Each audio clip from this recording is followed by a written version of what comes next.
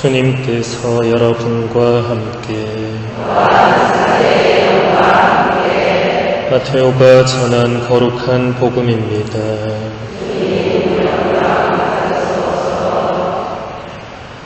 예수님께서 가이사리아 필리피 지방에 다다르시자 제자들에게 사람의 아들을 누구라고들 하느냐 하고 물으셨다. 제자들이 대답하였다. 세례자 요한이라고 합니다. 그러나 어떤 이들은 엘리야라 하고 또 어떤 이들은 예레미야나 예언자 가운데 한 분이라고 합니다.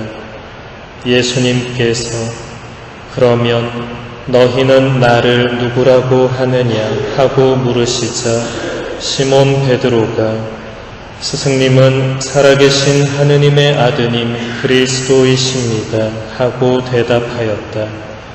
그러자 예수님께서 그에게 이르셨다. 시몬 바르요나야, 너는 행복하다.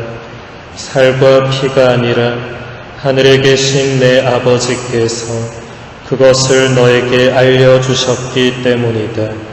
나 또한 너에게 말한다. 너는 베드로이다. 내가 이 반석 위에 내 교회를 세울 터인즉 저승의 세력도 그것을 이기지 못할 것이다. 또 나는 너에게 하늘나라의 열쇠를 주겠다. 그러니 네가 무엇이든지 땅에서 매면 하늘에서도 매일 것이고 네가 무엇이든지 땅에서 풀면 하늘에서도 풀릴 것이다. 그런 다음 제자들에게 당신이 그리스도라는 것을 아무에게도 말하지 말라고 분부하셨다.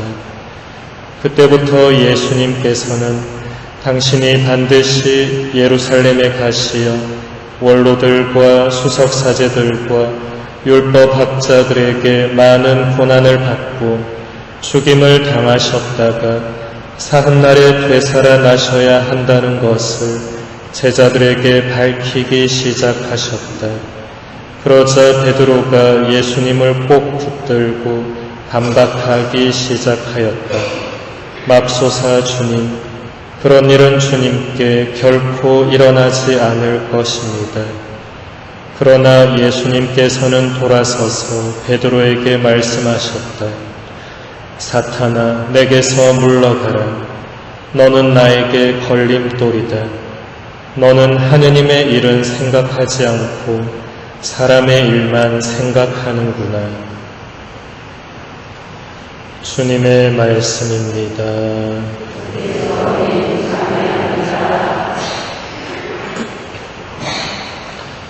참 예수님,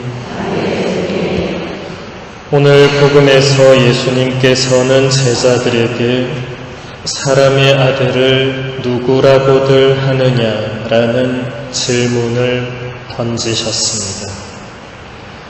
예수님은 자주 당신 자신을 두고서 사람의 아들이라고 표현하셨기 때문에 제자들은 이 질문을 바로 알아듣고 이렇게 대답합니다. 세례자 요한이라고 합니다. 그러나 어떤 이들은 엘리야라 하고 또 어떤 이들은 예레미야나 예언자 가운데 한 분이라고 합니다.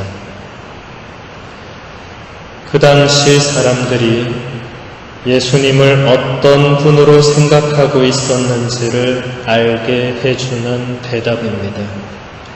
세례자 요한은 그 시대의 최고의 권위를 가진 인물이었고 메시아의 오심을 준비하기 위해서 사람들에게 회개의 세례를 베풀었던 사람입니다. 엘리야와 예레미야는 구약의 예언자들 가운데서도 가장 존경받던 인물들입니다. 그래서 많은 사람들은 예수님도 그런 훌륭한 예언자 같은 인물 가운데 하나가 아닐까 그런 생각을 가지고 있었습니다.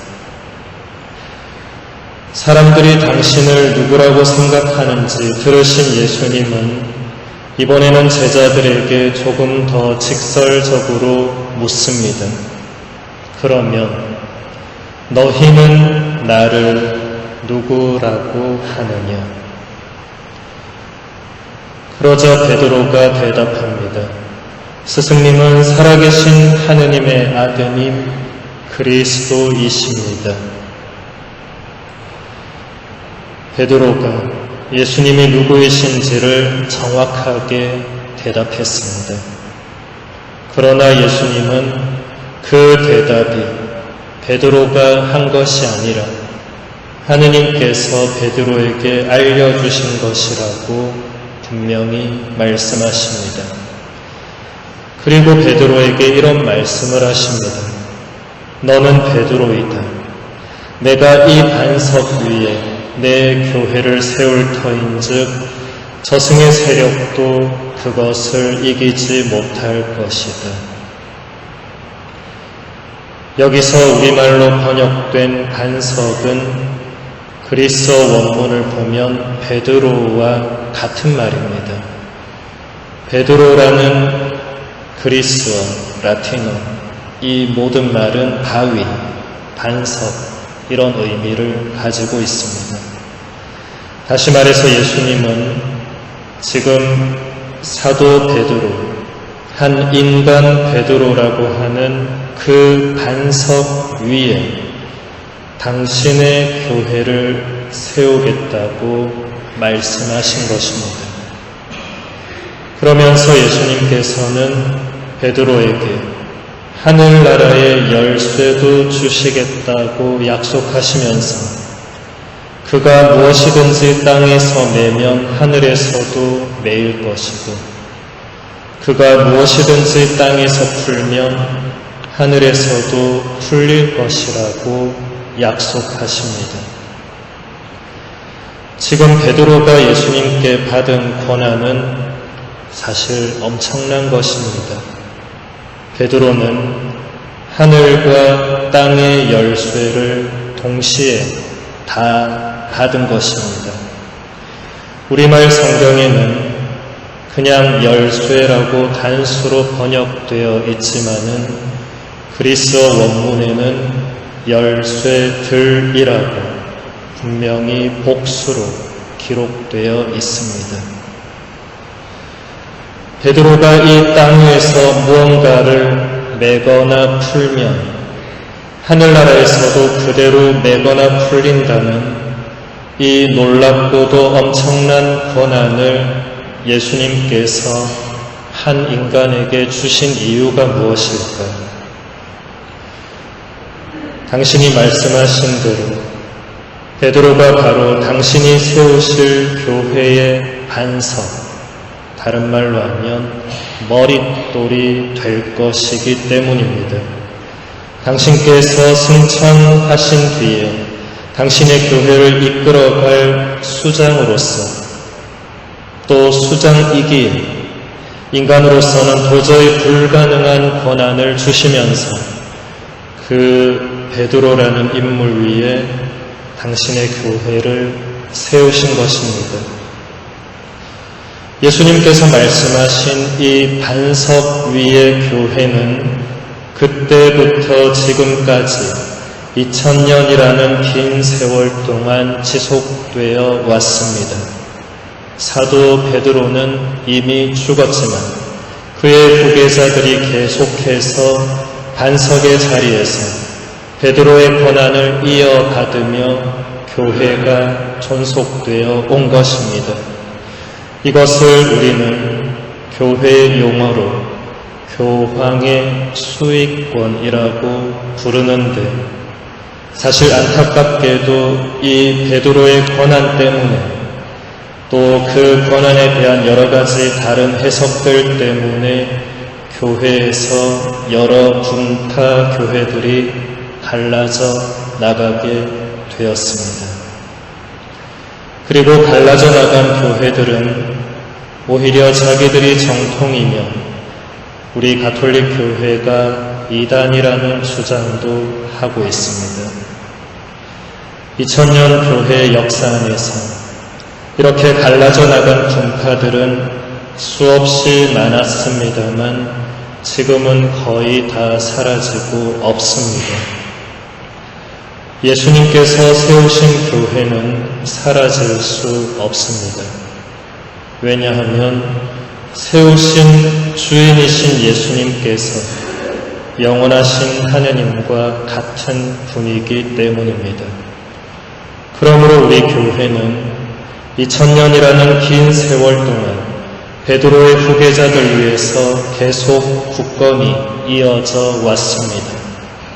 초세기부터 교회는 수많은 세력들로부터 공격과 어마어마한 박해를 받아왔지만 단 한 번도 없어지지 않았습니다. 오히려 그런 공격과 박해를 받으면 받을수록 교회는 더 단단해지고 강해졌습니다. 왜냐하면 그런 시련을 겪을 때마다 교회는 주인이신 예수님께 더 깊고 간절하게 의탁했기 때문입니다.